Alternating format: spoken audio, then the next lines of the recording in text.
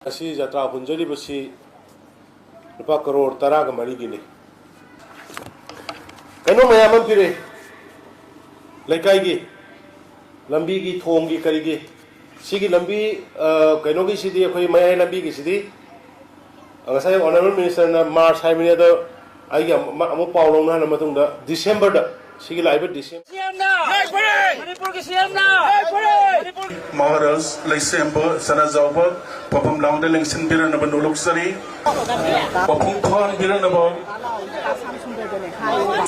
Sigi from Sida Ningriva Wallington Devi Sijerba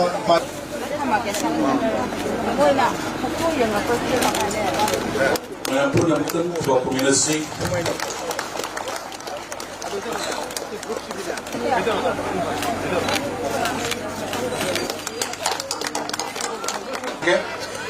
Keirak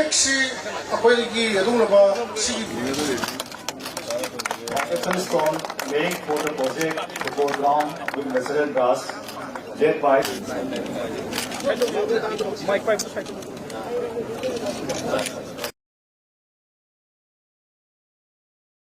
foundation stone laying for the project Manipur Roads project improvement of road from Keirak to Waugai Kera improvement of road.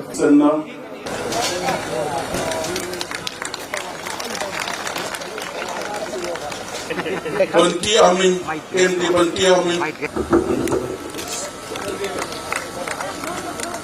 Aribasi Kakat Tetri Litam Tim Eboli Devi Zawal Haq MD Zawal Haq MD Zawal Haq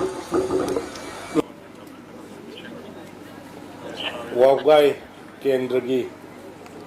again now Shri Debengi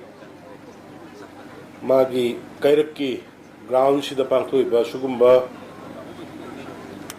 ki football ground ma masiki football ground si stadium macha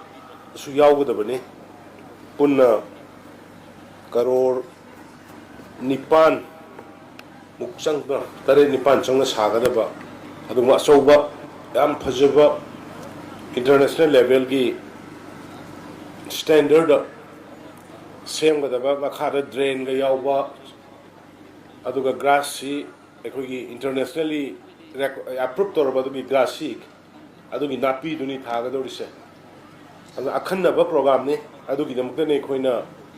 sangaba laksari se atai gi macha masu sumnagi football ground ama khoi napi tiang thoga ground tiang thoga to budunate ngasi sangaga doribasi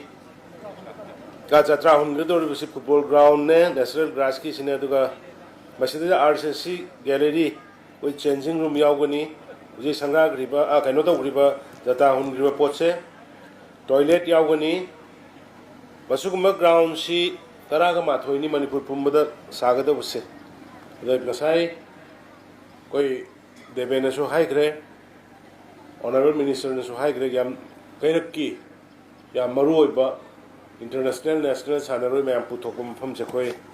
khallaga apsabani aduga mathangda koi road project ani